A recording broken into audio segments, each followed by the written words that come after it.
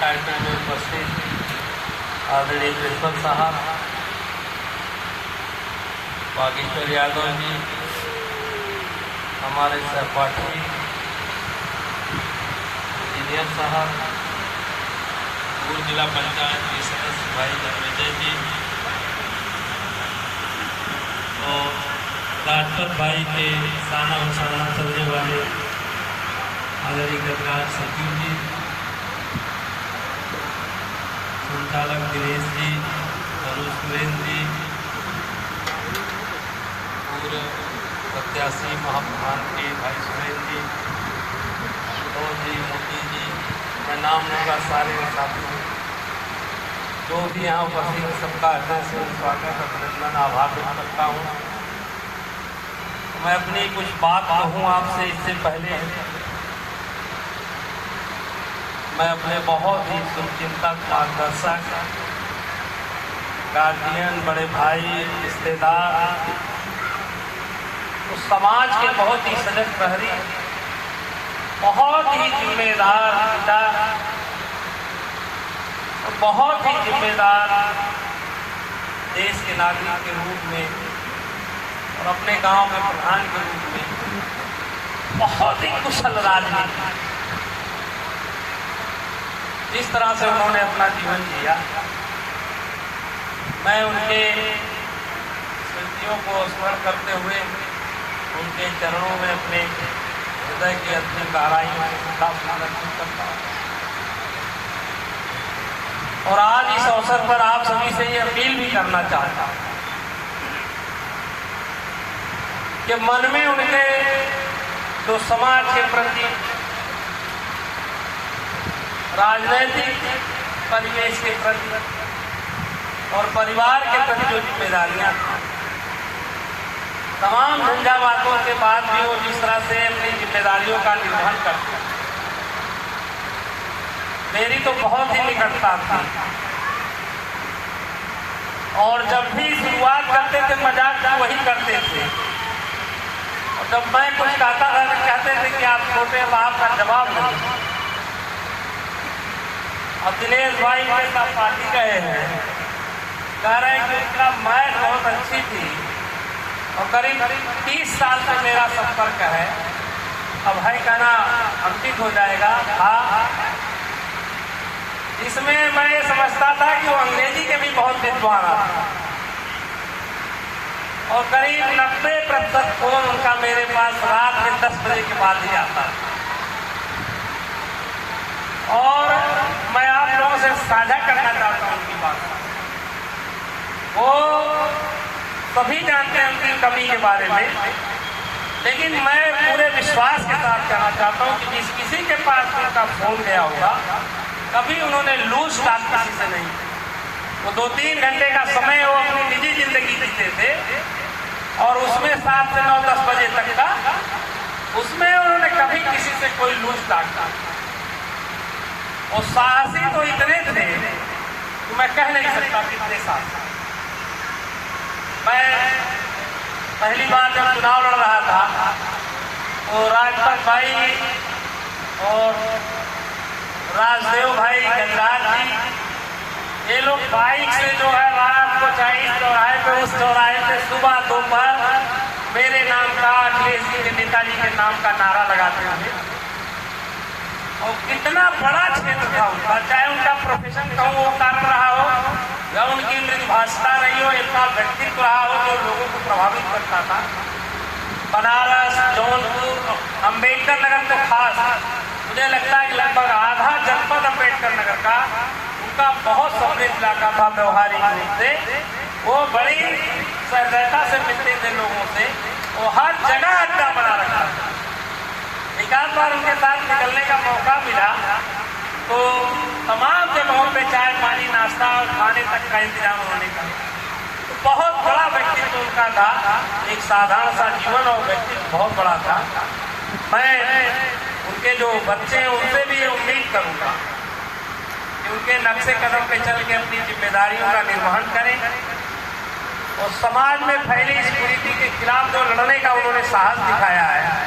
मैं भी आया था उनसे अपील करने, उन्होंने बात मानी और इस कुरीति के खिलाफ एक साहस किया और इस तरह की लड़ाई को पूर्ण रूप देने का जो उन्होंने फैसला लिया और जो आजकल प्रयास चल रहा है, चाहे पारस जी हो, हबीबुल्ली जी गए हैं, प्रिंसिपल साहब हो, तमाम साथी इस प्रयास में काम कर रहे हैं।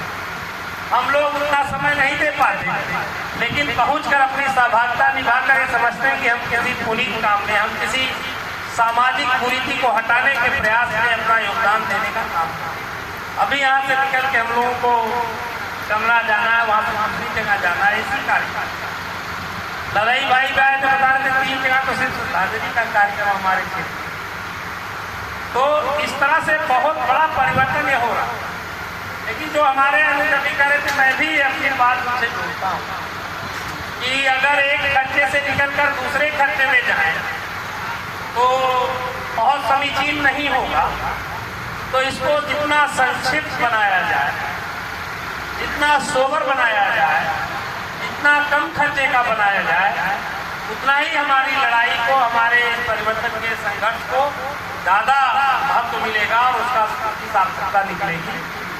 ये सब बातें हमारे पारस जी गुरु जी रिटायर हो गए कह करके आपसे हम लोग भी बहुत सी कुरीतियों पर अभी तमाम वक्ता है, हमारे संचालक महोदय खुद ही बहुत विद्वान और अच्छे व्याख्याता हैं। प्रिंसिपल साहब बैठे, तमाम लोग भी आ जा रहे हैं, तो अपनी बातें आपसे कहें, क्योंकि हम लोगों को भी जाना था, इसलिए मैंने अपनी की कि भाई हम लोगों को छोड़ दें तो और जगह पहुँच। और मैं उनके बच्चों से ये जरूर उम्मीद करूँ, आप ये जो उनके व्यक्तित्व का प्रभाव है, लोग आपके बीच आ रहे हैं, उनको श्रद्धांजलि। राजा के रहने पर तब उसका श्वान गुजर जाता है तो पूरा राज चला जाता है सिरपैठी में, पूरा राज राजा के पास पहुंच जाता है। साहब बड़ा दुख है कि आपका श्वान गुजर, वो जब राजा गुजरता है तब जितने लोग जाते हैं सिरपैठी जताने, वो मैं बच्चों से कहना चाहता हूँ तो वही उनकी मूल धरोहर है, वही उनका व्यक्तित्व है और वही आपका धन है। उस पर निगाह रखिएगा, उनसे संपर्क रखिएगा, उनसे मिलते जुलते रहिएगा और अपनी पढ़ाई को, लड़ाई को आगे बढ़ाइएगा। हमारे जैसे रिश्तेदारों की, समाज सेवियों की जहाँ जरूरत महसूस रखिएगा, 12 बजे दिन को, 12 बजे रात को, जिस तरह से हम लोग उस दिन खड़े रहे, यहाँ से लेके पोस्टमार्टम हाउस तक, उद्वासा तक, उसी तरह से आपके हम कदम रहेंगे। जो हम लोगों की ताकत है उससे आपके सहयोगी बनेंगे। जहाँ आप चाहेंगे वहाँ हम लोग चल कर के खड़े होने का काम करेंगे। परंतु ये मैं जरूर आपसे अपील करना चाहता हूँ कि कोई न कोई आप में से इस जिम्मेदारी का निर्वहन करने के लिए आगे आए और समाज में जो उन्होंने अपने व्यक्तित्व का, अपने प्रभाव का, अपनी सेवा का बीजारोपण किया है, उसको पुष्टि कल्पित करने का प्रयास करें। एक छोटी सी राजनीतिक घटना बता करके मैं अपनी वाणी को विराम दूंगा कि यहाँ पर प्रधानी का चुनाव चल रहा है और उनके भतीजे भी चुनाव लड़ रहे हैं। मुझे बहुत अच्छे से याद है कि करीब 2:30-3 बजे मेरे पास उनका फोन गया। विधायक जी भतीजे को बहुत समझाया, माना नहीं, चुनाव लड़ गया और मैं भी मैदान में हूँ। करीब 73 वोटर मेरे पास अभी बैठे हैं और मैं इस असमंजस में हूँ कि खुद को वोट दिलाऊं कि भतीजे को दिलाऊं। परिस्थितियाँ ऐसी बन रही हैं कि अगर मैं अपने को वोट दिलाऊं तो भतीजा भी हारेगा, मैं भी हारूंगा, कोई तीसरा जीत जाएगा। और यदि 73 वोट में भतीजे को दिलवा दूं तो भतीजा प्रधान हो जाएगा, मैं रह जाऊंगा। तो मैंने कहा जब आप अपने आप को 73 वोट दे करके खुद प्रधान नहीं बन पा रहे हैं तो ये 73 वोट भतीजे को दिलवा कर उसे प्रधान बनाइए। आपने समाज की बहुत सेवा कर ली, उसको मौका दीजिए सेवा करने का। और मुझे इस बात का दम है और कहते हुए मैं आह्लादित हो रहा हूँ कि उन्होंने उन मतदाताओं का, जो उनके लोग थे, उनका स्थानांतरण अपने भतीजे के पक्ष में किया और उस भतीजे को जिताने का काम किया। ऐसी राजनीतिक सोच के धनी राष्ट्रपति को आज मैं की अंतरिम धाराइयों से मन बहुत दुखी और भारी हो रहा है।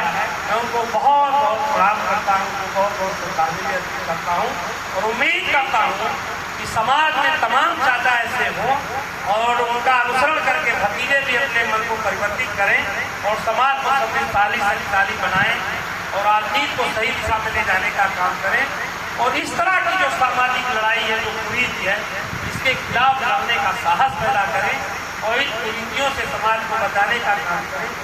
इन्हीं भावनाओं के साथ मैं बहुत लंबा न करते हुए शेष बात में आने वाले वक्ताओं के लिए छोड़ते हुए अपनी वाणी को विराम देता हूँ और पुनः अपने रिश्तेदार, अपने कानोई, अपने मित्र, अपने साथी, अपने गार्जियन, अपने शुभचिंतक राजपत जी को हृदय की अंतिम गहराइयों से श्रद्धांजलि अर्पित करता हूँ। बहुत बहुत धन्यवाद माननीय पूर्व विधायक श्री शरद सिंह यादव जी। आपने उनका स्नेह प्यार